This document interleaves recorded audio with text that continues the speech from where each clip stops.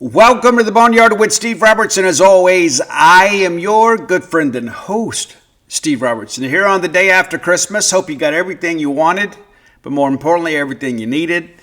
And part of that, of course, is spending some time with those you love the most. I can tell you we had kind of a subdued day here. We had a good day, don't get me wrong. But it's funny how life works out. You know, the spa is open pretty much 365, but we're going to close this weekend to go take some time with our extended family. But we stayed up on Christmas Eve and watched Tombstone, as you should. And then slept late, and she had to run to the spa because we had a couple people from out of town that wanted to float, so we scheduled them. And just as we're preparing to go leave to eat Asian food, also a Christmas tradition, we had some people show up that were supposed to be on the schedule and you weren't, so we ended up taking care of them at a very late lunch, early dinner maybe, and then went to the movies to go with Mia and Ian. So I got a couple of Starkville kids here in town, of course Mia back home from Harvard, and so we went and enjoyed a movie together, and then kind of came home and hung out and exchanged gifts, and we'll do some more of that this weekend. You know how it goes. I mean, it's it's an extended holiday at times, but reality of this is it's behind us now for the most part, but we spend a lot of time talking family here and talking about doing the right things and all that good stuff. But my hope is that you woke up today feeling better about your life than maybe you did a week ago, right? There's just something about just kind of reconnecting with the people that know the real you and having a chance to spend some time together that makes all the difference in the world. So I hope you had a chance to do that. We look forward to doing a little more of that ourselves. But, the holidays are great. It's different. We didn't even put up a Christmas tree this year. And part of that is just that we don't have time to do it. But also, we just don't spend a lot of time here at home. I do. I'm here a lot, me and the dogs. But me and the dogs don't need a lot to make us feel special. Maybe we should have put up a tree at the spa. But I don't know. Sometimes I feel like it would just be in the way. But it didn't mean that we didn't enjoy Christmas. We did. It's just a different dynamic now with not having any kids at home. And so, life moves on. And as I share with you guys too, I didn't understand when I was younger. I did not fully comprehend the capacity that we have within our hearts to love. I didn't. I thought I did, but I did not. There are a lot of people that I love. And there are some people that I'm going to love with all my heart that haven't been born yet. I remember after Ani was born, and we were expecting Audrey. And I remember thinking, how in the world could I ever love a child as much as I love this one? And then Audrey was born, and I found out that my capacity for love was greater than I expected. And then, a couple more came along, and now all of a sudden they're producing more people for me to love too. And you begin to think, how could you ever love anybody more than your child? Well, let your grandchildren come around, and that theory can be tested. But again, hope that you guys are doing well. It is a Friday. It is Maroon Friday, and a week from today, we'll be playing a collegiate football game against Wake Forest. And you know as well as I do, with all the things that go along with the holidays, it'll be here before we know it. This next week will likely fly by. Especially for us, we got a lot of travel in front of us. Go spend some time with the kids, and then I got to get on the road to Charlotte, man. Got to go cover a ball game up there. And so it'll be here before we know it. And I hope that for those of you that are making the trip, no cowbells. And what's interesting about that, I guess I should be used to it by now. I talked to bowl officials, I talked to Mississippi State officials and wrote a column, and then shortly after it comes out, everybody knew. Everybody knew. Nobody had it, but everybody knew. Everybody knew. Oh, yeah, we already knew that. Yeah, did you? Yeah. Because I can tell you the bowl officials were not eager to put that information out there because of the fact they thought it may hurt ticket sales if you guys couldn't bring your cowbells. But to each their own, right? It's fun being, quote, the source. All right, let's thank our friends at Bulldog Burger Company, longtime sponsors of this show. We love Bulldog Burger Company, and I need to grab some before I make that trip to North Carolina. We'll have to be quick about that because a lot of windshield time over the course of the next week. But the thing that I love about coming home sometimes is putting my feet under their table. There are few places that I feel more at home than Bulldog Burger Company because I know what to expect there. I'm going to get a great meal at a great price with exemplary service, in a great atmosphere, in a great, well-maintained location, and people are excited that I'm there. You know, sometimes you go and you show up at a place and you feel like you're an inconvenience to the employees there. It never feels that way at Bulldog Burger Company. They're always glad to see us. That's one of the reasons that they have done so well for so long and expanded the Bulldog Burger Company empire to 3 great locations now. University Drive in Stark Vegas, Gloucester Street there in Tupelo, Lake Harbor Drive in the Richmond Floyd area. Have the spring rolls as your appetizer. They'll make you and everybody around you better looking. It's true. Trust the science. It's in writing too. It is. They'll make you better looking. In addition to that, find your own favorites. One of my favorites is the Pimentology add bacon, though sometimes I got to get the freshman 15. And some days I just feel like, you know what, I just want the Bulldog, the signature burger of Bulldog Burger Company. Treat yourself to their great restaurant quality hamburgers.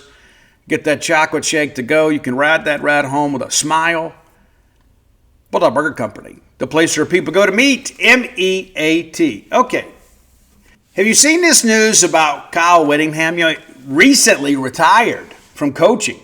And now all of a sudden he is emerging as the central figure in the Michigan coaching search. And as we discussed when all that stuff happened with Sharon Moore, it's an unfortunate scenario for sure. You know, it's really kind of a story of entitlement, things of that nature. But yeah, a lot of people out there now kind of beating the drum for Kyle Whittingham, who has been a tremendous football coach. I don't know that I had that on my bingo card, right? People were like, hey, let's go get Dilly from Arizona State. I think Kenny Dillingham has kind of shown in this crazy recruiting cycle that he is happy there and that he has no plans to leave there. You know, that's home for him. I think his wife's an Arizona State alum. They kind of got things rolling there too. And if you've ever been out there, you know, it's a cool place. It really is. But yeah, it's just interesting. You know, Kyle announces the retirement, and then all of a sudden, boom, here we are having this discussion. And of course, stayed behind, took the job after Urban Meyer left for Florida. But after kind of working through that today, because we thought that the coaching carousel was over, and maybe it would be if they make a hire here, right? If they hire Kyle, then there's not like a backfill effect. But, you know, Kyle's no spring chicken. I mean, all due respect to our listeners, and we love each and every one of you, but he's 66 years of age. And you just wondered a little bit, how much does he have left in the tank? There's a reason, obviously, that, he decided to hang him up, and there's no way he could have known this was coming. But, if you're Michigan, you start thinking, you know what, even if he only has 3 years, that gives us a quality coach to kind of reset the culture and puts us in a great position to hire the next guy. So I suspect that's probably part of their thinking.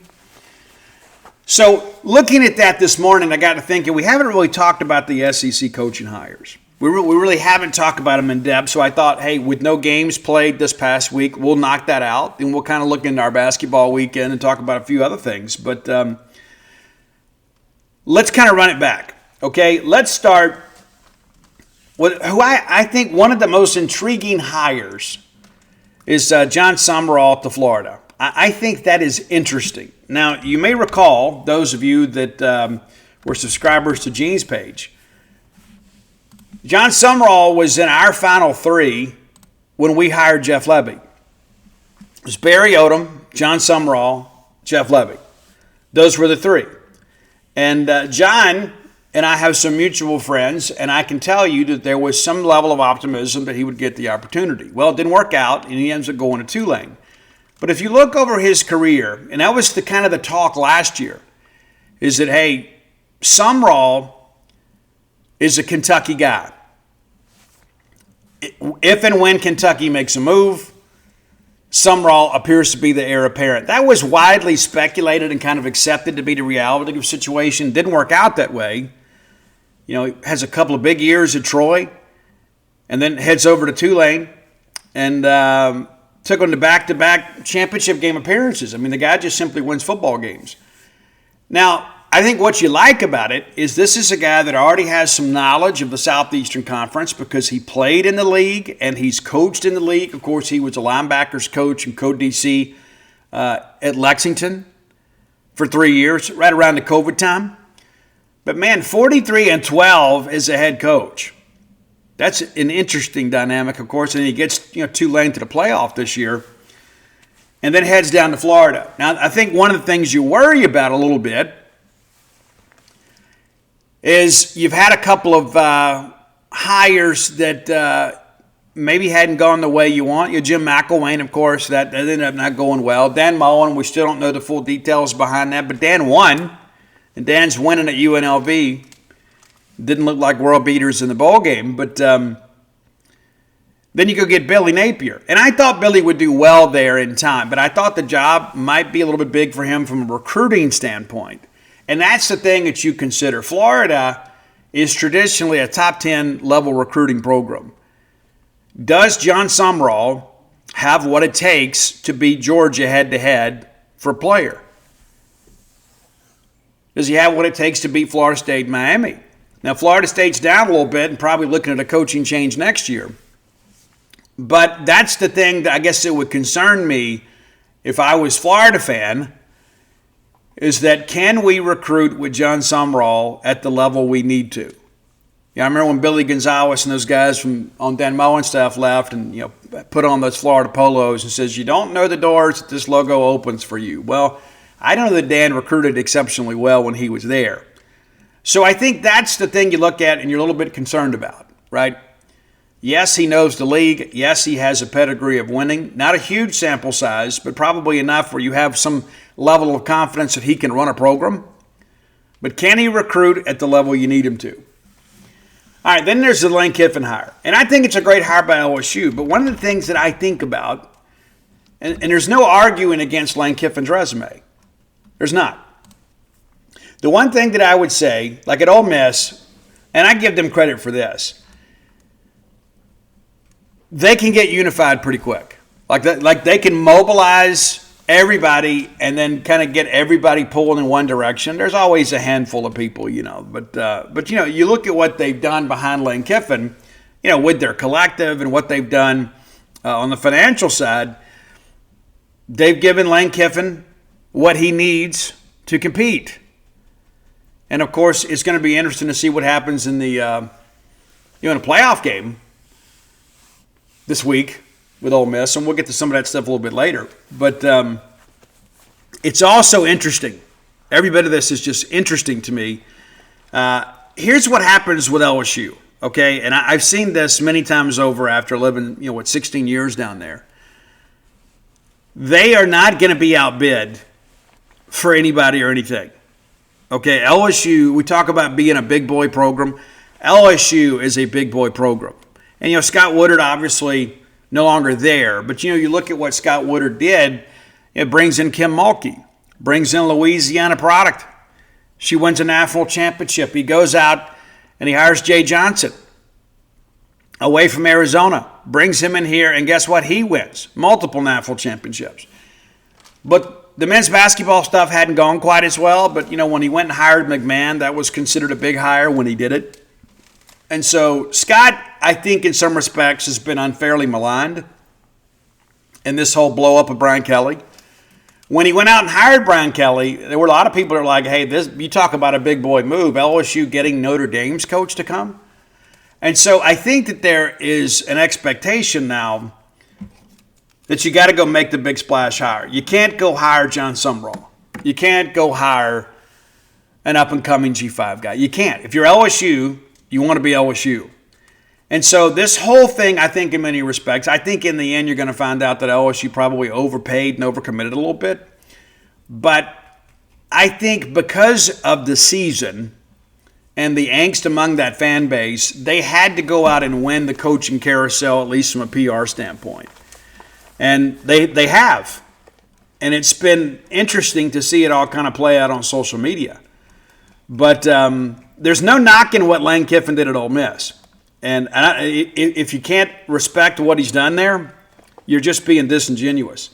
Of course, year number one, they go 5-5. They don't play A&M, which probably prevented them from having a losing season. Would have been nice to extend that streak. But you look at it now, and the 5 seasons since then, it's been 10 wins or more in 4 of the 5. So no knocking that. And if you don't think that we've got some work to do to catch Ole Miss, you're kidding yourself. You know, it's obvious. That's not a hot take. Everybody kind of sees it for what it is. But I'm just curious to see, like with Lane, can he do it in that atmosphere? You would say, well, Steve, he did it at Ole Miss. The thing about that is I think when it's all said and done, I think the Ole Miss people are better soldiers than LSU. Now, that's not to say that they're not rabid, but the Ole Miss people, for the most part, are maybe a little more forgiving. They're not forgiving at LSU. Just ask Brian Kelly. Yeah, they're not. And so what's going to happen the first time that Lane pops off in a press conference in Baton Rouge, and then it's front page of the Advocate? What does that erode some of the belief in him? That's the one thing that I would kind of look at and wonder a little bit about. I like the Alex Golesh hire at Auburn. Now, there's several reasons why, and I think this may be a sneaky hire that we look back and say, you know what? That was a really good hire. What you may not know is that John Cohen interviewed him when he was at Mississippi State. Wasn't ready then, but they had a pre-existing relationship because of that. So when John goes and sits down with him, it's not like, hello, I'm John Cohen. They've already had some very in-depth conversation. But Golesh, another guy that is consistently won. He is a guy that's got knowledge of the league, and he was the offensive coordinator at Tennessee for a couple years, and then gets the head coaching job at South Florida, and did a good job down there. 23-15, but he's won both of his bowl games. But 3 consecutive winning seasons at South Florida, including a 9-3 year this year. So they win the bowl game, goodness. Be a 10-win season for South Florida for the Bulls. Did you think you'd see that coming? I think what you worry about is there's not a huge track record. And kind of like the issue with Sumrall, can he consistently recruit at the level required to be an upper echelon SEC team? And that's what you want. And I can tell you, I got a million stories I can tell you about, Hugh Freeze. And I don't just mean what happened at Ole Miss. I mean, this is a guy that just kind of hit the switch and said, you know what, I guess I'm done. And, hey, the guy's made his money, right? So, I guess tip of the cap to him in that respect. But I think keeping DJ Durkin is huge at Auburn. Durkin did a great job. Core State made a little bit of a run at him and never really kind of got off the ground, but they did. And so if you're Golesh, you're a guy that's got an offensive pedigree, and now you've got a defensive coach that's been around now for a little while in this league, but also been at Auburn, knows your personnel. They got some really good young players on that defense. And so I think if you're Golesh, you just got to go run your offensive scheme. You got to get things done. And the next thing you know, you're moving up the ranks in the Southeastern Conference. I have no doubt that Auburn is going to be able to be really good on defense next year. Zero doubt about that. Let's talk about this Arkansas hire. Now, what's interesting is from the beginning, it's amazing how this thing probably went to script more than people are willing to admit. The chatter coming out of Fayetteville shortly after the coaching carousel began is that they're going to go G5. They're going to go G5. And I don't know if Hunter Yurchek's going to be there much longer, to be quite honest with you. I really wonder about that. He comes out and basically tells everybody the football program's broke and they hadn't been able to compete in the NIL space. And, it's interesting. But Silverfield, 50-25 at Memphis. And over the course of the last 3 seasons, they've had 2 double-digit winning seasons. 10-3 and 23, 11-2 and 24, finishing the top 25, and then 8-4 this year. And they'll play in the Gasparilla Bowl. But Silverfield now bringing kind of a different offense. and a different mindset up there. I have the same concerns about him that I do some of the other guys, but the expectations at Arkansas are not what they are at OSU and Florida. And really, for that matter, Auburn. I think Silverfield will probably get time. I think there will be a measure of grace. Hey, if they go 7-5 next year, they're going to be thrilled. They go 7-5 at Auburn, they're not going to be thrilled. They're going to be, well, okay, we got better. They go 7-5 at Florida, they're not going to be enthused. But I think because of the fact that Arkansas as a state does not produce a ton of talent, you've got to kind of skew more towards the developmental side. And the fact that he has a lot of relationships in the state of Tennessee, which is a border state, I think Silverfield may end up being a good hire. Do I think it's going to be a great hire and they're going to compete for the SEC championship? I don't think that's the case. I do think they can consistently be a 7-5, 8-4 quality team. And I think at Arkansas, they're willing to take that. I do. They'd love to be a 10-win team. And maybe you get that every 5 years. You feel like you've done well. I don't think Silverfield is a guy, though, that is going to have a bunch of clunker seasons. I don't. I think his offensive concepts kind of lends itself to their recruiting footprint, and I think it'll be okay. I don't think it'll be great. All right. Then you've got, Stein at Kentucky. I think this is an interesting hire. I don't know a ton about the guy. And so it's clear when they got rid of Stoops, they already had a plan, and some people are like, hey, this is going to be great. If you don't know his background, he is a guy that's from Kentucky, so that helps, but he's 36 years of age. And nothing against you guys in your 30s, but there's not a lot of pedigree to work with here. He played at Louisville, was the starting quarterback there, was a GA, stayed on as a QC guy, then went to Texas for a couple years as a QC guy, was in high school football for a while, then was at UTSA for 3 seasons. The last year he was the co-offensive coordinator. And then he's been at Oregon since. So you love what he's done, at Oregon. But this is a first-time head coach. And I think this is one of the things you look at, too. And it says, I think, a lot about Kentucky's commitment to football. There's not a lot of teams in this league going out getting first-time head coaches. We've done that, right? We've done that 2 times in a row. And that's been one of those things that we've had to kind of learn as we go. When you look at this Kentucky thing, it's just an interesting dynamic to me that you'd write that big check and then go hire Will Stein. Nothing against him, but I think that's probably not the way I would have done it. You write the big check, you're done with him, and I think you've got to make as big a splash as you can make. I don't think they did that, so we'll see. And the thing that we know about first-year head coaches, it's difficult for them to put a staff together that can work with any type of cohesion. It just takes a little while. Do you have time? Maybe at Kentucky they're cool with that. They gave Stoops plenty of time to kind of get going too. Never really, I think, hit what many people hoped he would. But first-year head coaches, it's a little different dynamic, especially when you're asking people to move across the country. Which brings us to Pete Golding. His situation, I think, is different than Will Stein's, right? Because he's staying where he is. You're promoting from within. So there's a working relationship with a lot of people. But that understood, he's still a first-year head coach. And that's something you begin to kind of work through as well. And I think where he has the benefit of maybe over Will Stein is that everybody there kind of knows what's expected. Like, he's brought in some guys, but some of those guys obviously have some experience at Ole Miss. But you don't need to tell everybody where the meeting room is.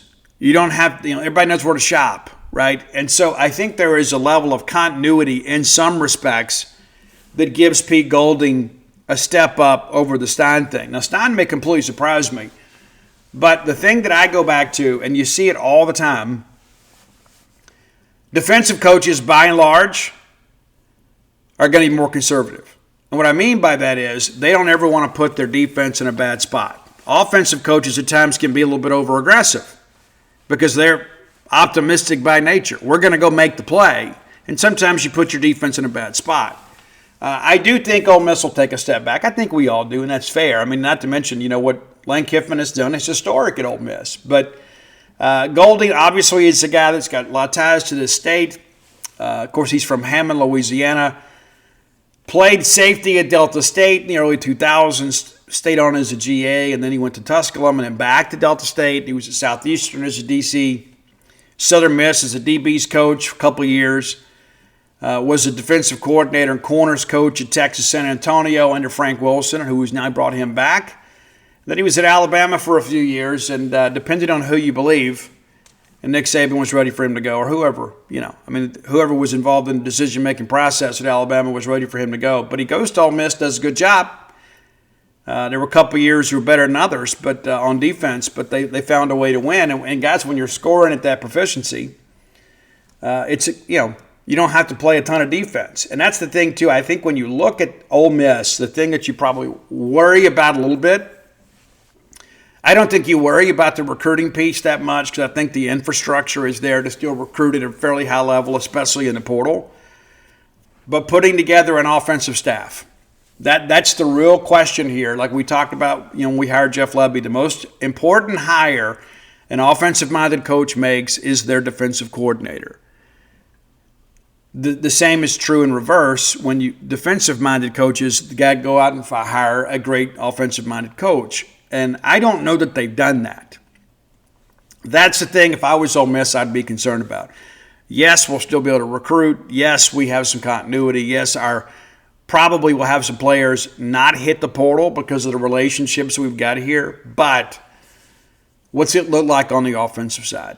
They go out and get John David Baker from East Carolina, and we'll see how that plays out. Obviously, he's a guy that's got some connections to Ole Miss, but you're asking an awful lot, and we'll see what that defense looks like next year. Obviously you got Get Perkins coming back, and you can kind of build around that. But they've kind of managed this thing in many respects, almost like a junior college, and I mean that actually more as a compliment, because I think Lane Kiffin kind of figured it out early, and maybe you give some credit to the people that run the collective. Is like you're never really building anything. It's always about next year's team, and that's I think the biggest lesson we've learned in the last 5 years is high school recruiting is important. It's not as important as it used to be. It just isn't. I think maybe what I would do is I would just kind of prioritize 15 high school guys and then go get in the portal with everybody else. I would pay whatever I needed to get the top 15 guys I could get in the high school ranks and get them in, get them developed, and get them on the field, and then go out and spend the rest in the portal. And I didn't feel that way years ago. We've got more data to work with now, but there was a time I said, you know what, you can't be so portal reliant. Now you've had some examples out there where you hit on one big portal class and then it snake eyes the next. We've seen some of that. But I think to give Ole Miss some credit, they have managed it probably as well as anybody when it's come to the portal, and they have been very portal reliant, and the numbers speak for themselves. But Pete Golding, I don't think, is going to be able to maintain that level of success. Not to say that he won't win, not to say that he won't do a good job there, but I don't think, without Lane Kiffin, it's going to be exactly the same. And it's so interesting how the Ole Miss mind works. A month ago, he was the greatest coach, and we needed to keep him. And then now all of a sudden, it's like, man, he didn't do anything. He was just a guy on Twitter. He was just a figurehead. He wasn't responsible for anything. And that's kind of the jilted lover aspect of things, right? It's like, I didn't love him anyway. Yeah, you did. Yeah, you did. And you guys had some good times together. But it's interesting, too. We talked about on this show that there was a possibility that half the teams in the league could change coaches. We came up just short of that. We had six of 16. And South Carolina, of course, elects to keep Shane Beamer for another year. And then he goes out and hires Kendall Browse as his offensive coordinator. And then Eli Drinkwitz turns down Penn State to stay at Missouri. So we expected, pretty wild coaching carousel in the SEC, and I think we got it. I think for those of us that love the chaos when we're not involved in the chaos, I think we're very much entertained. I think where Mississippi State fits into this is Jeff Lebby with some continuity. We've got to be able to make up some lost ground in 26. With so many other people out there kind of installing a system, people getting their staff settled, getting their feet on the ground, kind of getting an understanding of what they have, we have to take advantage of that. We got to win some of those games against some of those teams that are in transition. That's one of the biggest benefits in keeping Jeff is to have some stability. And that's one thing this program needs is stability after what we've been through the last few years. So now we kind of move forward. But, I saw something, was it like 34% FBS coaching changes this year? Is that right? But so about a third. I mean, is that going to become the norm that every 3 years just pretty much everybody changes a coach? Could be. Again, I think changing some things with the calendar would probably give coaches a little more time to work. But a lot of it is the expectation set by all of us. If you don't win by year 3, you're gone, and that's reasonable. I don't think you should get. It shouldn't take 4 or 5 years to build a program when you've got the benefit of the portal. Dan Mullen didn't have the portal when he showed up in 2009. And, I wrote about bowl games for Christmas for you guys. We went 5-7 in 2009, but we were in nearly every game, right? You go back and look at that, and, this is a team, obviously, that didn't bring a ton of talent back. Had some guys, obviously, from that 08 team that got beat 45-0 in Oxford in Kroom's final game. But, Dan Mullen came in, and Dan was such a great coach. Even at 5-7 and you win the Egg Bowl, and, all of a sudden we feel like we had some juice and some positive trajectory. But we didn't have the benefit of the portal. And then what do you know, in year 2, we go out and have one of the best seasons in school history. And so that's one of the reasons people are just simply not going to be patient. It's like there's been guys before you that were good enough coaches to make it work, and they didn't have the benefit of the NCAA transfer portal. They didn't have rev share and NIL. They didn't have legal compensation. And so now you do. And so, people have obviously changed how they feel about how long it takes to turn things around. It's time for our Close with Blair Player of the Day, brought to you by Blair Chandler at closewithblair.com. Blair's a closer, thus the name Close with Blair. That's CLOSE with Blair, BLAIR, just like it sounds. His phone number, 601-500-2344. 601-500-2344. That goes directly to Blair. Save it in your phone as Mortgage Guy, because you never know when you're going to need some mortgage help. Maybe the dream of home ownership has eluded you, and maybe you weren't quite ready, or maybe you had the wrong loan originator. Blair's been in the industry 25 years. Get his expertise and know-how working for you.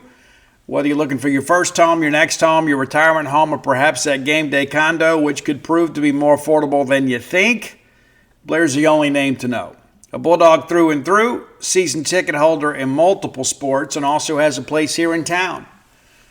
Let Blair Chandler get to work for you at closewithblair.com. All right, player of the day is going to be Kamario Taylor. As we get into game week, we know how important this game is for the trajectory of our program, right? We need to go out there and look good. We need to win a game, and we need Kamario to look good doing it. And I think that helps on the recruiting side, but more importantly, I think it helps on the portal recruiting side because we want to use him as a drawing card. When you got guys out there that are watching him on primetime Friday night on ESPN on national broadcast, it could be a great recruiting tool for us, but also, too, to end the season on a right note, send our seniors off on the right foot, and kind of move this thing forward. Everybody knows how important this game is. We're very fortunate to have a bowl game. We didn't earn the bowl game the traditional way, but we're there, and that's all that counts. I went back and watched the Miami of Ohio game against Mississippi State. I remember traveling on Christmas and getting down there, St. Petersburg, and how great it was. We went, got a few hours sleep, went and covered the game, and then we drove back And it was a quick trip, but man, it was fun. They won that ball game. It wasn't a pretty ball game at all. Hoping for a similar result, but a better performance as we go to Charlotte next week. So again, we're in the game week now, and now it's time for us to kind of move forward. And we will have media availability with Coach Jeff Levy on Sunday morning before church. So many of you are getting out of church. We'll have that content up for you guys, and you'll be able to check that out. So Camario Taylor, your close-the-player player of the day. Now it's time for today's top 10 list. All right, it's brought to you by CalitoGuitars.com. Plenty of guitar today as we feature a well-known guitarist. Calito Guitars is your Mississippi State guitar shop. They specialize in stringed instruments, but guitars are kind of the bread and butter. They're guitar players themselves. I can tell you I am absolutely in love with my Steve Vai original. Arm's starting to feel better. I'm starting to play a little bit more and not overdoing it. You know, I'm getting up in age, right? But some days it's fun to just kind of plug in and to play some power chords and just kind of let the stress just roll off of me. If you are a guitar player, you understand the importance of that. You understand how good it is just to kind of make some racket. And some of you guys are much better than me. You are. Maybe some not quite as good, but we're all improving. And Calito Guitars is a guitar shop for every skill level. If you're looking to just get into it, if you want a beginner guitar without making a huge investment, they can help you with that. If you just need to upgrade your rig, or maybe perhaps you're ready for something serious, like a Steve Vai or a Joe Satriani signature guitar, you can find those professional-grade guitars also available at Calito Guitars. Now visit the website, CalitoGuitars.com. We're going to give you a promo code that can help you. It's BSR. Stands for Beautiful Steve Roberts, and you know it well. That's going to get you a 10% discount off their already low price. That's going to get you no shipping. That's going to get you no sales tax unless you live in the state of Texas. That's going to get you a 5% donation to the Bulldog Excellence Fund. Everybody wins, right? You're supporting a Mississippi State-owned and operated business out of Lake Jackson, Texas. You can stop by their expansive showroom and see everything they have to offer and go home with some good gear. You get a quality instrument at a discounted price, and it's not just limited to instruments. Maybe perhaps you need some cases or gig bags or cables or accessories. Anything you need to be a better player, you can find at CalitoGuitars.com. And yeah, you can go buy online from a lot of places. But you know what? I want you to feel good about that purchase because you're going to get incredible service. You're going to get great selection, and you're also helping a Bulldog. Yeah, it's true. It's true. Calito Guitars. Check them out today at CalitoGuitars.com. All right, top 10 list. This rolled across a reel today. I had something else planned, and I said, you know what? We're going to do this. I'm a huge Brian Head Welch fan. To look at me, you probably know that. Love Korn. Love Brian Head Welch. Love his story. You know, he's a guy that was caught in the throes of addiction and wrapped up in a life of sin and left Korn for a while and, found a relationship with Jesus Christ. He's very vocal about that. He's very open about his faith and still rocks like never before. Went back to Korn and actually became a bit of a missionary of sorts within the band and helped everybody kind of get their lives together. But, there's a couple of Korn albums out there that don't have Head on them. And to be honest with you, I don't like them as much. I just don't. But in the hiatus, Brian Head Welch put together another band because he is a creative, a band called Love and Death. And there's a lot of religious overtones to some of this music, but it's written in more of a secular way. And then they had a second album that came out called Perfectly Preserved, which is the better album. And there's some songs from the first album that made its way over to the second album. So we're going to take some time to celebrate Brian Head Welch and Love and Death today. That's the plan. And I think you will probably appreciate this. As you begin to kind of get to know this band better, as I have to, sometimes Apple Music just irritates me.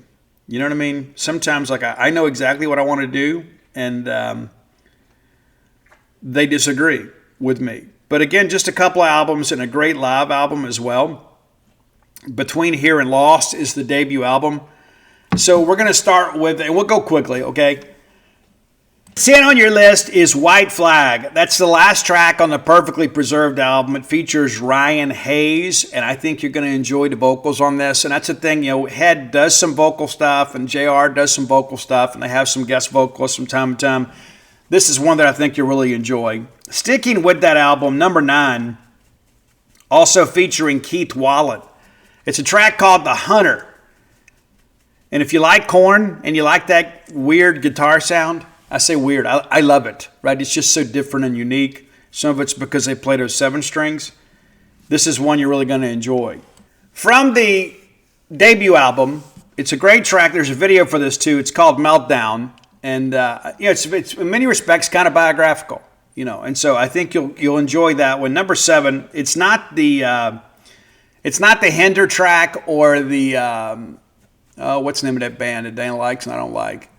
It doesn't matter. But it's By the Way.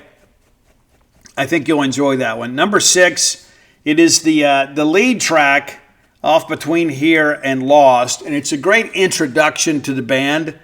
It's the Abandoning, and again, it's very much in the Korn vein. Number 5, a single that actually was on Perfectly Preserved. It's Lo Lamento, and it's not a flamenco guitar track. I can promise you that. It's very true to the Monkey and Head vein. Number 4, another great one, and there's a video for this one too. You may want to check this out. It's Chemicals. And again, obviously, the title kind of gives away the track there. But you go back to kind of the beginning of all of this. Head was a guy that was really, really struggling with drug addiction. And so he kind of healed by writing about it. And I do some of that too, even 34 years later. Now, number 3 is a cover. And you know my policy on covers. But this one is so great and is such a great collaboration. I just thought, you know what, we need to honor this one. Now, you may know it, those of you young bucks out there. DJ Snake had a song featuring Justin Bieber called Let Me Love You. Well, Head and Love and Death covered it, and they had Lacey Sturm, the former singer from Flyleaf, on the track too, who's also a very unabashed believer. She's done some great stuff. And even in Motherhood and in Wifedom, she still does some guest spots every once in a while. And she's done some solo stuff too. But this is a great, great rendition of this song. If you're unfamiliar with the song, I think you'll enjoy this kind of on its own. But if you are familiar with that DJ Snake track, I think you'll enjoy kind of this rock interpretation of what they put together. Now, number 2. This was the debut single from the debut album. And it was huge all over SiriusXM Octane. And if you ever watched Miami Ink., Brian Head Welch was the last person to ever get tattooed on that show.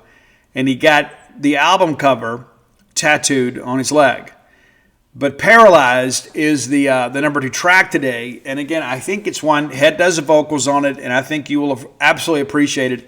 If you're a Korn fan and you haven't listened to these 2 Brian Head Welch Love and Death albums, you're kind of doing yourself a disservice. But number 1, and I absolutely love it, this thing absolutely rocks. Head does the vocals on this, but it's Down, and that's off Perfectly Preserved. It was the lead single off that album. And I think it really just kind of typifies who Brian Head Welch is. I think the lyrical content is very good. I think the rock delivery, the vocals. And listen, Head's not JD, okay? He's not. But does a good job. And again, I think there are some songs out there that he recognizes that maybe you need a few more colors in the palette to work with, so he brings in some other people. But if you don't know the story of Brian Head Welch, I would encourage you to familiarize yourself with it. One of the videos that I watch from time to time when I'm a little bit down, it happens to me. Like everybody, I mean, we're all living a shared experience on the same planet.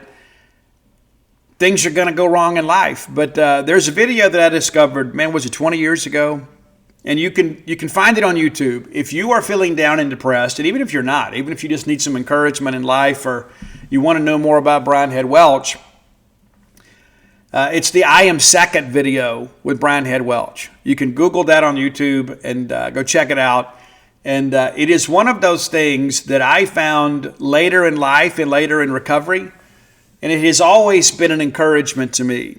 And I've shared it before on my socials. And I think one of the things about Brian Head Welch that is incredibly important is he really challenges, like what a Christian is supposed to look like, And a lot of people think, well, you shouldn't be out here and, playing rock music and, the devil's tunes and things like that. That's not at all who he is. And I think if you watch that video, you will see the authenticity in Brian and what he does. I had some friends of mine, former tattoo artists of mine and a buddy of his that went to see Korn.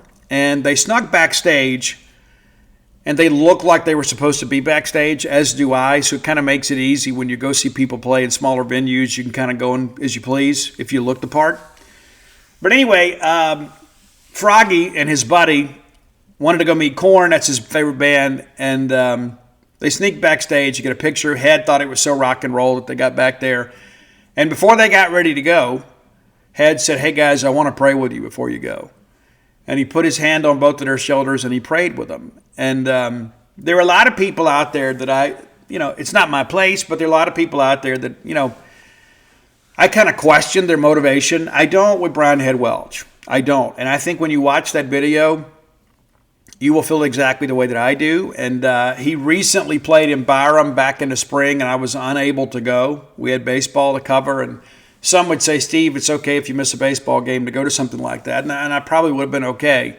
But I've always wanted to meet Head, and, we've got some mutual acquaintances, I guess we could say. I don't know enough people close to him. But what is interesting is when Dan and I were in Rocklahoma a few years ago, thanks, Mark, Korn was played.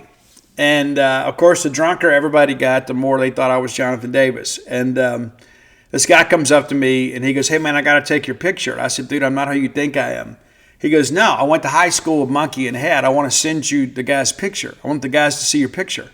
And so he sends a picture of me to the Korn group text. And he goes, "Hey, JD, if you're not feeling good today, I think I've got your replacement. Nobody would ever know." And Jonathan Davis himself came back and said, "Yeah, that's pretty crazy." And so anyway, I take it as a compliment, but I love Korn. But Brian Head Welch is clearly my favorite guy in Korn. I think they're all very talented musicians, and they have a lot going for them. And I think for a younger generation that kind of grew up on Korn, to kind of see them, get off the drugs and do some things that are more beneficial with their lives rather than just live the rock star lifestyle, I think is an important message for young people to have. And I think when you go back and you look at the pathology of the Korn band itself, and Head talks about that, like the song Adidas and, All Day I Dream About Sex, and said he heard his daughter singing that song when she was a little kid. And he goes, "Man, this is the message I'm putting out in the world." So he has calibrated things a little bit differently and now has a different message. And so I would encourage you to go check that out, even if you're not interested in the music. If you just need some positivity or perhaps some encouragement and need maybe a good comeback story, the I Am Second Brian Head Welch video is for you. If you have ideas for the top 10 list, reach out and let us know. Best way to do that is to hit up my friend Roy Samonti on X, who's going to be in Charlotte. He still owes us a few uploads, but you can find him on Spotify and X as Dogmatic67, DAWGMATIC 67. And you can find me on all forms of social media at Scout Steve R. All right, next segment of the show brought to you by Campus Bookmart, a Starkvillian institution. We love Campus Bookmart.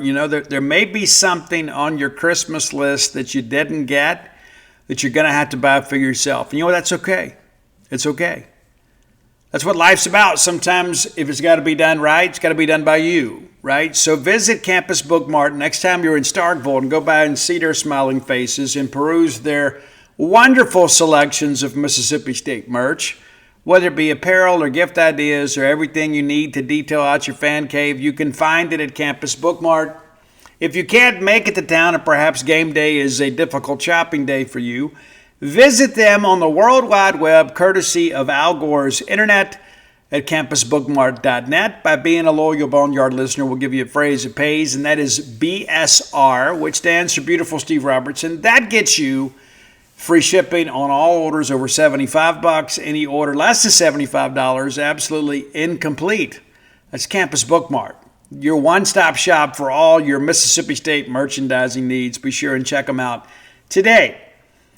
All right, we got a couple of football games coming up this weekend.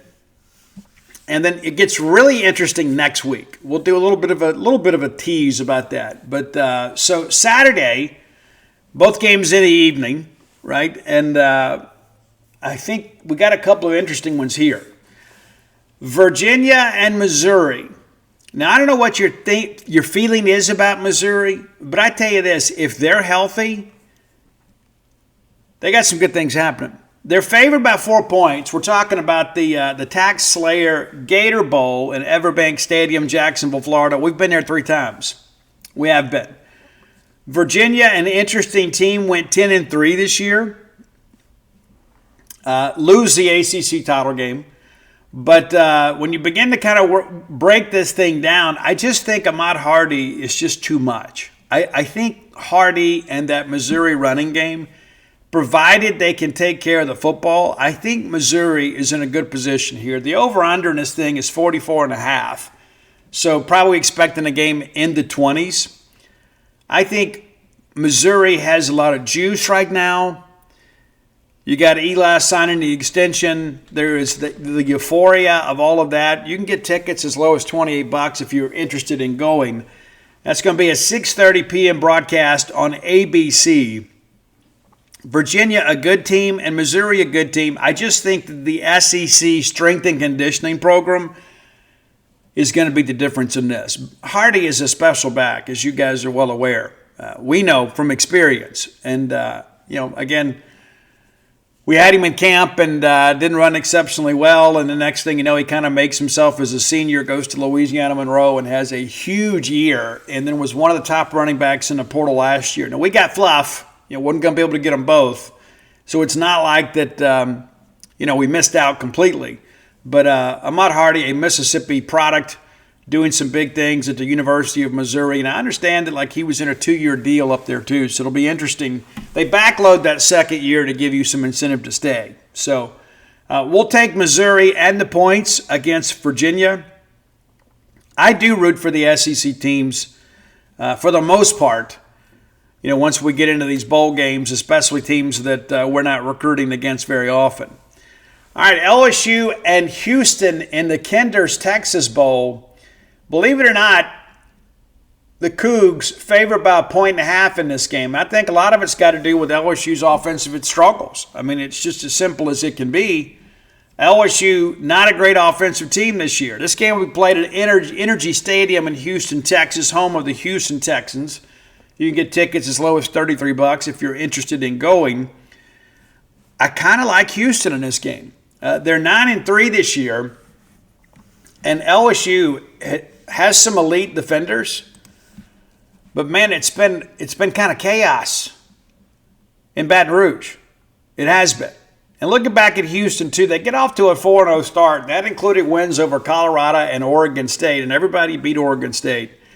They lose to Texas Tech, who was one of the best stories in college football this year, 35-11. They beat Oklahoma State, beat Arizona State. That's a big win.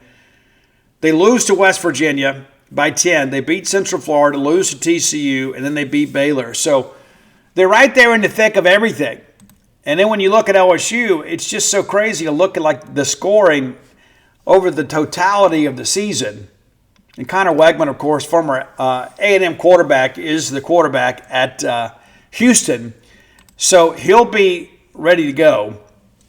But when LSU beat Clemson early in the year, we were like, man, what a big win that is. And then both of them ended up being very mediocre teams.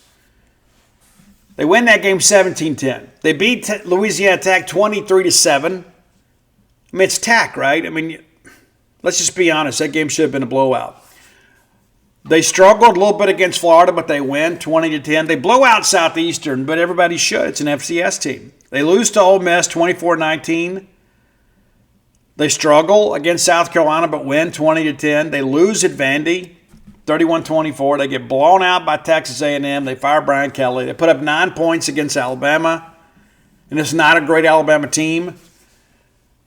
They struggle but beat Arkansas 23-22, and then they nip Western Kentucky 13-10, and then get beat by Oklahoma 17-13. So offensively, in the second half of this year, really since Brian Kelly's been gone, they have really struggled to score points. And I think that is going to be the case in the bowl game. I'm not exactly sure what the LSU roster looks like right now.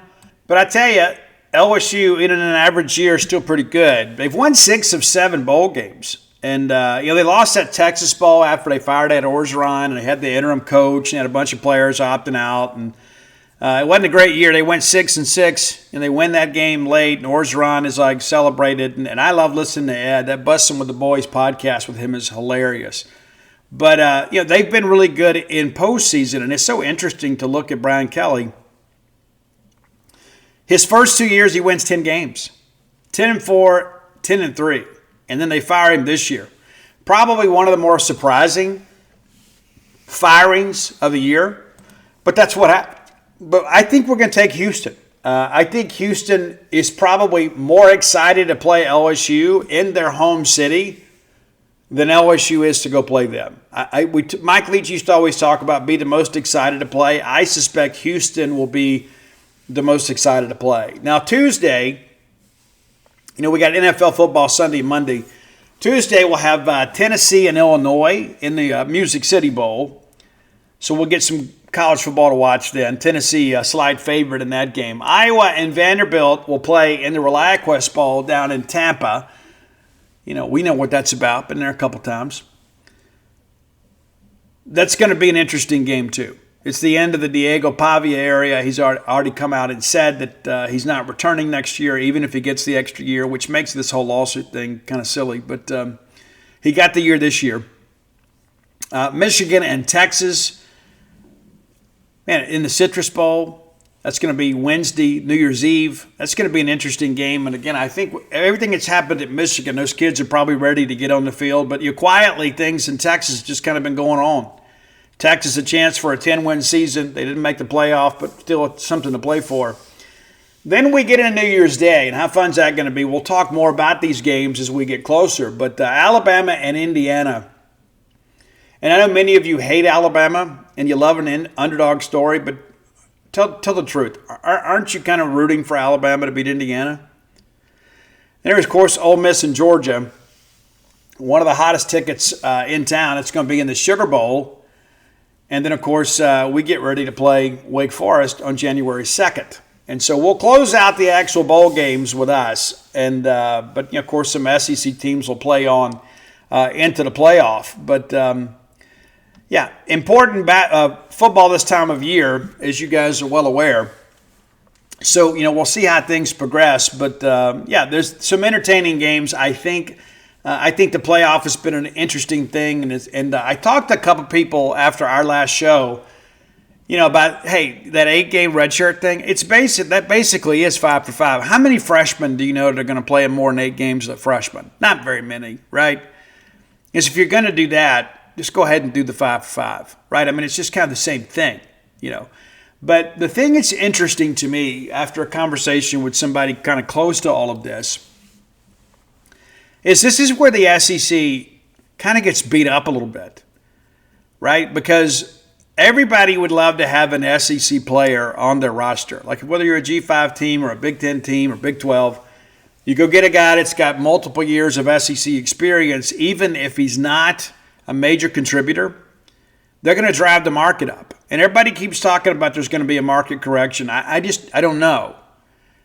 I think, honestly, and I've said this from the beginning, the very early conversations about NIL, I mean, we're going to have a collective bargaining agreement and a union. I think that's the only way this thing is going to work because there's no protection for anybody. And honestly, I think all these NIL deals ought to be made public. That's my feeling. Now, that's not the way it's set up right now, but I think maybe it should be. I mean, we see terms of NFL contracts and coaches' contracts and all that stuff that comes out. Now these players, for the most part, are being paid for with public funds. and in some respects, state funds. There's a few private schools out there, but I think, hey, everybody's got to sign into this, and I think everything should be made public. Don't you think you have a right to know? I think we do. I think we do. And I think it would stop a lot of these, street agents doubling as real agents, because right now there's really not enough guardrails around all that. And so you've got basically anybody can go be an agent and basically profit and exploit these young people for whatever their financial gain is. And I think everybody should be licensed and be subject to the same rules as everybody else. And you guys know as well as I do, everybody's doing this, right? Everybody has an agent now. So we talk about tampering. And listen, there are some coaches that are calling kids too. But by and large, people are just working through the agents. Well, the agent is effectively your rep. And so everybody's kind of working through this now. And we don't have much time to spend for January portaling because of the fact you've got January enrollment. And so everybody is out there kind of getting what advantage they can possibly get, because when we get into January, we get back, and really it's going to happen on our drive back. Once we get into January 2nd and that portal opens, and there's going to be 1 million guys that declare for the portal that have not made an early declaration. And there's some guys like that. They're just kind of letting their agent do the talking. There are guys that are playing for bowl and playoff teams. They plan to go in the portal. And I had somebody else recommend to me too. I said, hey, if I was an agent, I'd have all my guys go in the portal because you can benefit every year. Now, there's some guys out there that maybe don't have that kind of juice, right? But if nothing else, you find out what your market value is, or at least you tease it. You have your agent call a few schools and say, hey, if John Q quarterback goes in the portal this year, what are you guys willing to pay? This is what we're expecting. Are you willing to pay that? Well, then all of a sudden, I get that young man a deal to improve his situation. Then I can go back to the school he's with and say, hey, we got $500,000 or $600,000-$700,000 committed from this school. If you'll match it, we'll stay. That's happening. That's one of the reasons I think a lot of this stuff should be made more public. It's my feelings. Not to mention the fact that you're helping pay for all of it.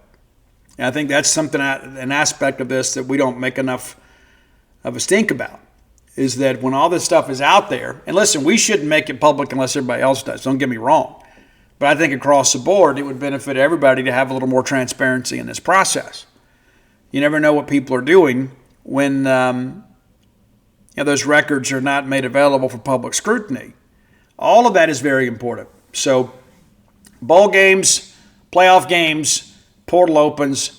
And we go back to this LSU thing. Don't you think everybody at LSU now is just kind of ready to get going? Like the bowl game for the players is probably a bigger deal than it is for a lot of the fans. They're just ready to see Lane Kiffin go to work in the portal and see how many players from Ole Miss are going to come to LSU. There's all been this Kawan Lacey sweepstakes type deal. So I think that's really where their interest lies, and I think maybe that impacts the bowl game a little bit too. And I think if you're Mississippi State, you see it completely different. Completely different. And again, what's that Ole Miss coaching staff going to look like when they take the field against Georgia down in the Sugar Bowl? That all kind of remains to be seen too. So a lot of things going on, a lot of interesting conversations being had about kind of the future of college football and kind of what needs to happen to kind of give everybody a little more security. Because you think about, like, everybody says, well, Steve, they're pro athletes now. Well, they are, but they're not dealing with the same restrictions as pro athletes. Because you can walk away from a contract year to year. You go sign a 3-year deal, with the Dallas Cowboys. Well, you're expected to work that full 3-year deal. Now, you may, sit out and try to renegotiate, but if you elect not to play, then you get fined. If you elect not to show up for OTAs, you get fined.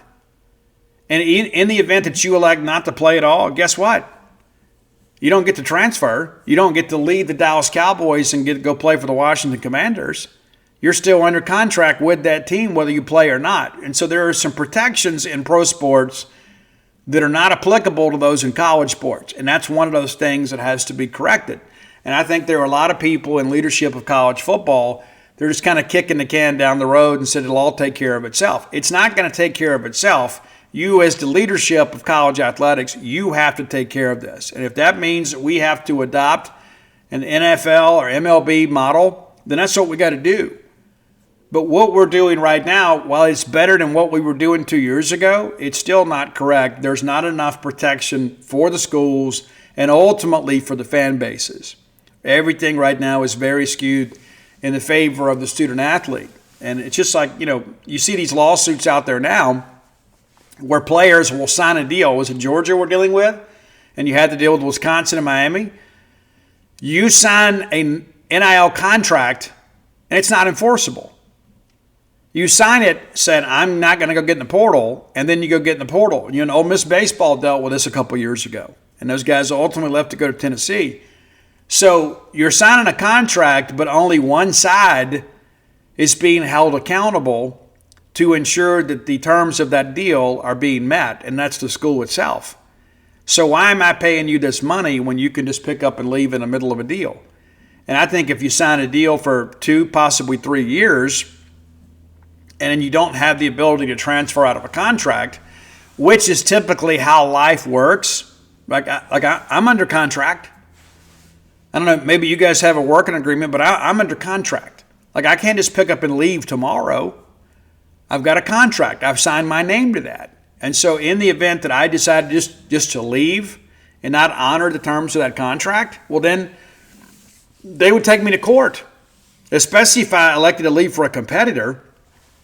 So I think we have to make college sports more like life. And it's that there's a lot of people out there that they say, well, you don't believe in a capitalist society. I absolutely do. I absolutely do believe in that. And I believe that everybody should be able to market themselves for whatever they feel like they can get. But I think there has to be protection for both sides because that's how it is everywhere else in life. Final segment of the show brought to you by the Stark Vegas Clubhouse, the best place to stay in the Golden Triangle when you're bringing a large group to town, and you should. We had a blast. We stayed there last New Year's. We're staying somewhere else. We're traveling this time. But here's the thing. Starkville is a great city. It's a great city on game day. It's a great city every day, right? And so there are going to be times in your life that maybe you think, hey, I don't want to break the bank, but I want to get out of town and go do something fun with family. Consider the Stark Vegas Clubhouse and consider coming to Starkville and enjoying some of your favorite shops and restaurants when maybe it's not quite so busy. It's open 365 days a year.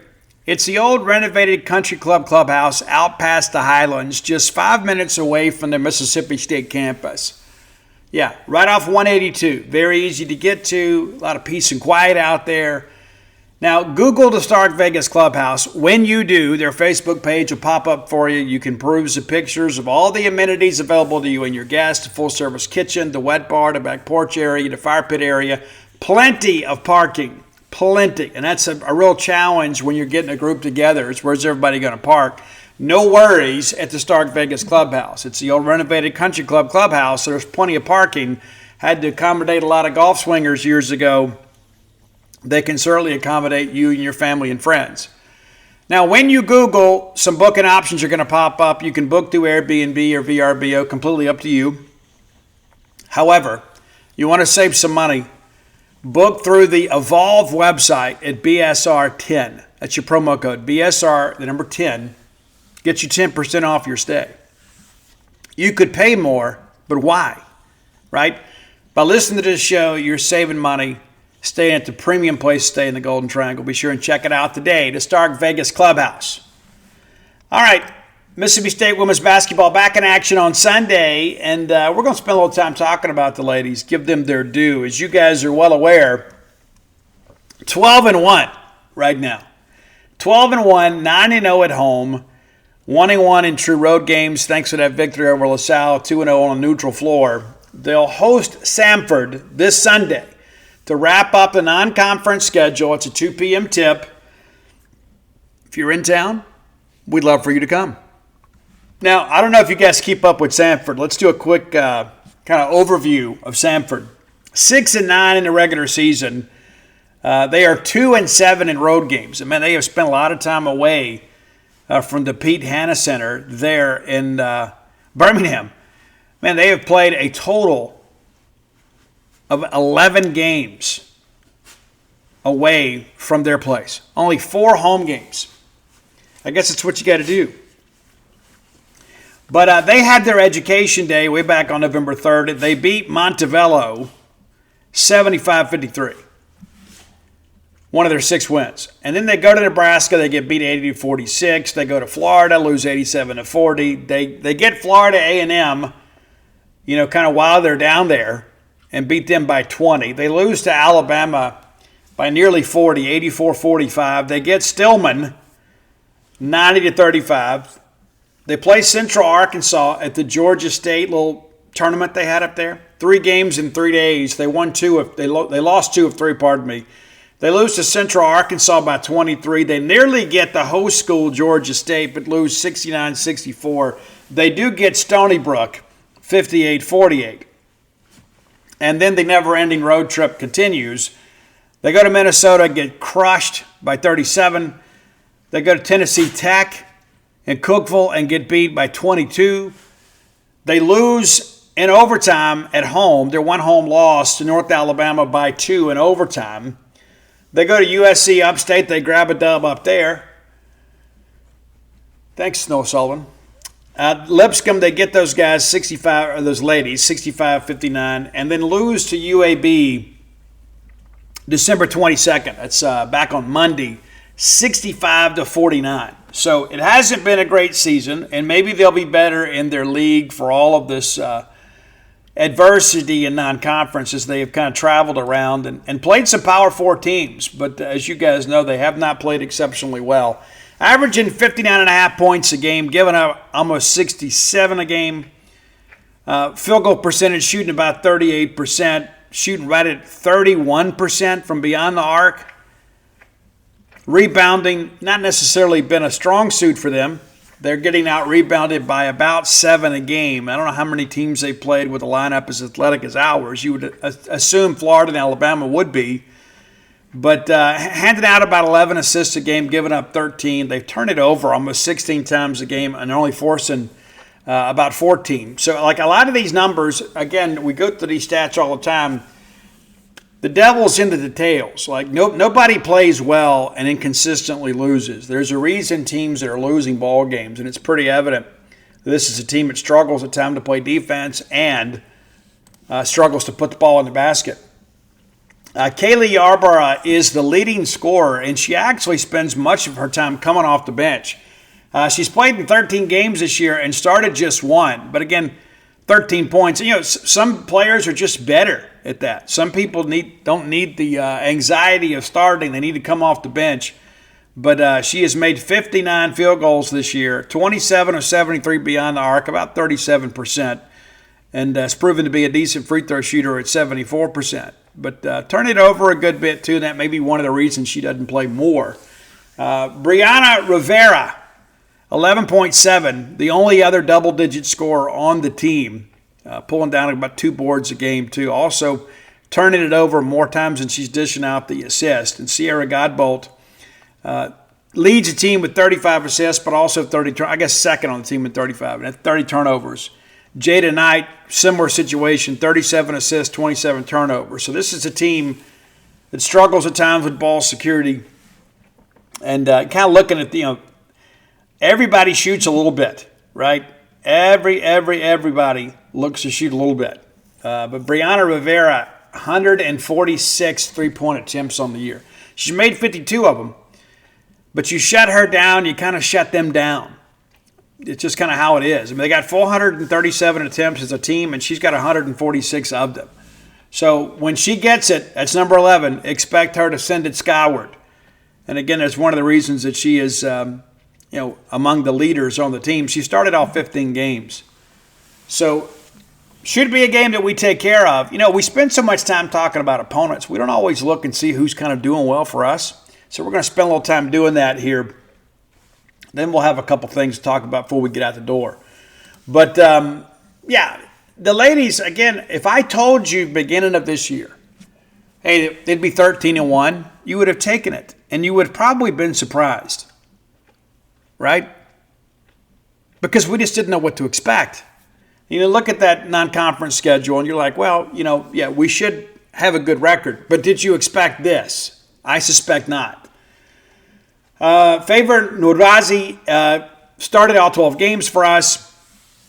13.5 points, pulling down 10 boards. Man, so it's a double-double every game. Got 14 blocks this year. She, a 5, has more assists than turnovers. Isn't that interesting, right? Madison Francis, great newcomer, has started 8 games, played in all 12. Second leading scorer, just over 13 points a game, and she's pulling down almost 7 rebounds a game. She leads the team with 40 blocks. Love active defenders. Destiny McFall, we knew what to expect from her. 12.1 points a game for her, and has been pretty prolific from beyond the arc, shooting about 39%, 19 of 49. Second most three-point made baskets on the squad. Chandler Prater has done a good job for us. Has been a regular starter as well.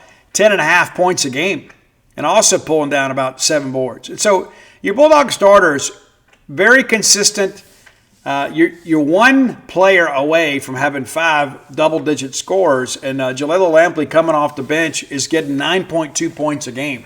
So very balanced scoring from this team, and I don't know that we expected that.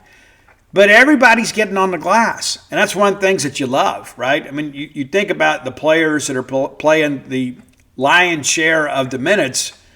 They got to get on the glass, and we have. We've done a really good job in that respect. Madison Francis was interesting, too. Nearly half of her boards are on the offensive end. Offensive rebounding is every bit hustle and heart, and that says a lot about the future, with her. But, Lampley's another one like that, too. Not nearly, the numbers aren't quite the same, but 25 of her 62 boards are on the offensive end.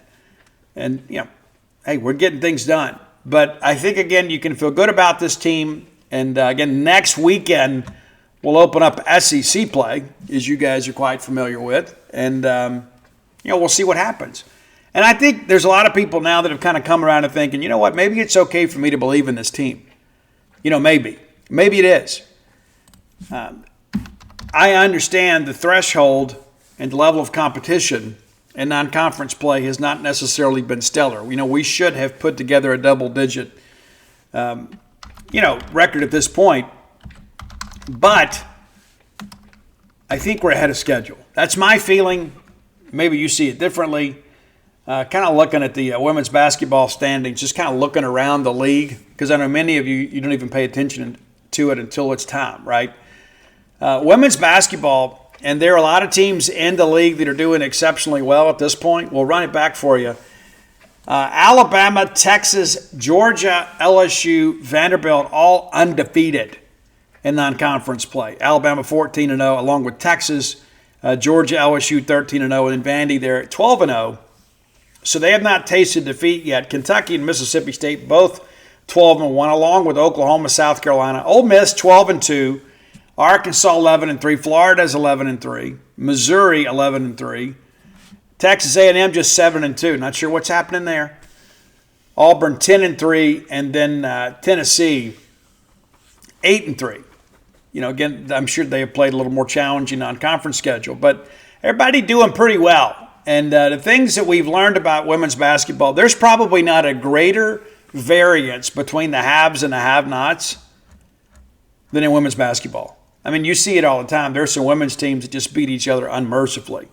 So based on what we know from the non-conference, you feel like State playing at home against an Auburn team with a first-year coach kind of implementing their own system, that should be a great game for us. And that's New Year's Day, Thursday, 6:30 p.m. We need you to be here for that. Of course, the men back in action on Monday. So we will preview that game on Monday's show. And again, we're going to have to earn it in conference play, as you guys know. But if anybody is up for that challenge, it's been Chris Jans. And, of course, the Bulldogs have won 3 in a row. So we feel like maybe that win at Utah, that tremendous comeback, would be a turning point for us. Maybe it has been. We haven't won by large margins, but we have won the last 3. And on Monday, of course, we'll take on Alabama State. Should be a game that we should be able to handle and get into SEC play on a 4-game winning streak and an 8-5 record. And so, again, we have lost some games. We've lost some games that we shouldn't have. And maybe we haven't won a lot that we shouldn't have. But the reality of this is that we got to keep moving forward and see what Chris Jans and the crew can cook up. All right, only a few days left in 2025. I hope that you have made it what you planned to. Hopefully we get another full year. You never know what life's going to bring you. I hope that it was a year filled with more joy than tribulation. It kind of is what you make it. Life does happen to us. There are some things that happen that are beyond our control, but the reality of it is that we are the pilots rather than the passenger of our lives more times than not. And you've heard me talk before. Had a life coach tell me years ago I was leading an accidental life. I hope that you are having a purpose-filled life, and certainly if you're not, you can turn that around in 2026. A lot of people always talk about, new year, new me, and really not much changes. And as we've learned, you kind of get out of it what you put into it. And the only lesson that I can share with you that, about that sort of stuff that has been proven in my life is the fact that if you work exceptionally hard, God will bless your labor. There's some truth in that. And if you don't work, the good book even tells us a man shall not work, neither shall he eat. And so we work exceptionally hard. We take it very personally. And that's not just, the coverage of Mississippi State, but in everything we do. We work hard in what we do. And I think that's one of those things that separates me and you from other people is to value work. And it's one of those things my dad years and years ago used to always talk about is, you can only work your way out of it. And that's what you have to do. You have to consistently work your way out of it. You can't just wait for somebody to come save you. There is no search party being formed to come save you. You got to do your part. You got to walk yourself out of the woods. And that requires effort. It's not going to be easy. Sometimes it's going to be very difficult. And many of you, of course, you have to deal with some personal things from time to time, and they negatively impact your professional performance. And vice versa. We've got to have balance in life, and that's one of the reasons that we're unplugging this weekend. And I worked exceptionally hard this week because I wanted my guys to have Christmas Eve and Christmas Day off with their families. It's important to me. And I didn't want anybody worried about content production. So I told them pretty early in the week, here's what I'm going to do for Christmas. I don't want you guys to have to do anything, certainly on Christmas Day. Dan and I are empty nesters, and of course, we had work to do at spa and things like that. We had a good day, but I shared that with you because of the fact that I ask a lot of those guys, and I am very appreciative for all of them and their contributions to what we do and what they do for you. One of the things that I mention to people all the time is we can't be the disgruntled fan. We can't be. We've got a bigger obligation than that. Like if we get beat in a football game that I expected us to win, we can't just not produce content. We've got an obligation to all of you. And not to mention that to Mississippi State, to our players, our coaches, and to ourselves. It's not just about how we view the job, it's how we view ourselves. How do you want to be viewed? By outsiders. And my dad told me years ago, if you're the only person that thinks you're the greatest, you haven't accomplished anything. And of course, the other side of that is you got a lot of people that gas you up, even when you're doing a mediocre job. There's some truth in that too. And that those people in many respects, while well-intended, are really kind of an impediment to greatness. You got to take it all, right? You got to take it all. And you decide what you need, and then you kind of discard what you don't. But all feedback is good feedback, even if it doesn't necessarily align with what you think. And there's some people's opinions aren't really worth noting, but you still pay a little bit of attention to it, and you can decide if you want to believe it or not. But when I think about 2026, we've got a lot of things in front of us. Personally, professionally, there's a lot of things that are coming, some decisions we'll have to make. And I suspect that's probably the case for you too. But always remember what matters most, and that's family. You have to do what's best for you and your family.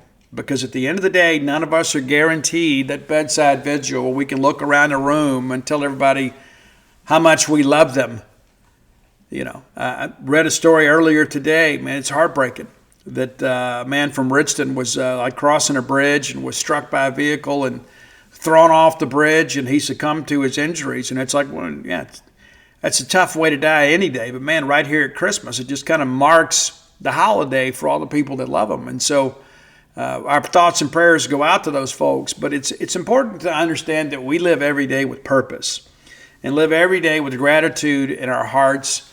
And we openly share how we feel about people. And, when you want bad news, it's easy to find, right? And so you got to kind of create your own good news at times and go get some things accomplished. And everything is worth celebrating. But we can't let the celebration distract us from what's next. But, when I think about so many things in my life, I don't want to belabor this for very long. I remember Dana and I's very first Christmas, the very first Christmas. And I was as broke as the Ten Commandments, man. I was. But I wanted her to have something special for Christmas. And unbeknownst to me, she was broke too because we're living together. And so I had to walk to work every day. I worked at a restaurant off West Pine Street there in Hattiesburg. Eventually ended up owning that restaurant. It's crazy how it all worked. It's a story for another day. But next door to our apartment complex was a pawn shop. And so I basically went in and put a Nintendo on layaway and just paid a little bit as I went, right? I'd make a few extra tips. I'd drop by on my way home. I'd pay on it. And it took me months. But I finally bought her that Nintendo, and I gave it to her on Christmas. And I had been given some money from my family for Christmas in addition to some gifts, and I went and bought The Legend of Zelda. And then I give her that on Christmas, and she had a credit card that was almost maxed out, and she went and bought me a boombox. And we sat around for days, and we played Legend of Zelda together, and we listened to my CDs on that boombox. I had all these CDs and nothing to play it on. And I look back at that Christmas, and I was no happier today than I was back then, right? Because happiness is not about finances. It's not about material things. And, we had a little 2-bedroom apartment that we had my friend Jim Winter stayed in the other bedroom. And so we sat around listening to Alice in Chains and drank coffee out of a coffee-made 4-cup coffee maker and played Legend of Zelda in our spare time. And we had a blast. We had an absolute blast. And then the next year, the Led Zeppelin box set came out. And they were very difficult to get. And I had a friend that worked at a music store that put one aside for me, and I was able to buy that for her. And she had no clue that she was getting it, none whatsoever. And so I share that because obviously I have bought her a lot of nicer things over the years, and we have probably had some grander Christmases. But I am no less happy today than I was when we had a house full of kids and a room full of toys. And I missed that aspect of life, but I've embraced this aspect too. And the thing that I've learned, if when you do become an empty nester, you better love your partner, right? You better love your partner because you're not going to spend a lot of time around a lot of people. And if that person gets on your nerves, it's going to be a difficult existence. But man, I started with nothing. I mean nothing. I had to borrow $200 from my mom when I got out of jail to go buy clothes because the girl that I'd been living with relapsed and got evicted from her apartment and lost most of my clothes. Eventually tracked her down and found out that she was able to save one bag of clothes. And so you guys kind of see the finished product, I guess. But, when I first met that blonde-headed girl from Natchez, Mississippi, all I had to offer was my love. That's it. I had nothing else to offer. And I had to go get a job working at Orleans Furniture in the rough mill just to do, just to have something, right? Just to have something. And couldn't get a job most places, because I was a convicted felon. And so rather than let those circumstances, shape me in a negative way, I just kept working. I just kept working. And I knew that if I made myself valuable, I could outwork my past. I could put myself in a scenario where I wasn't judged based on a background report, but based on my efforts.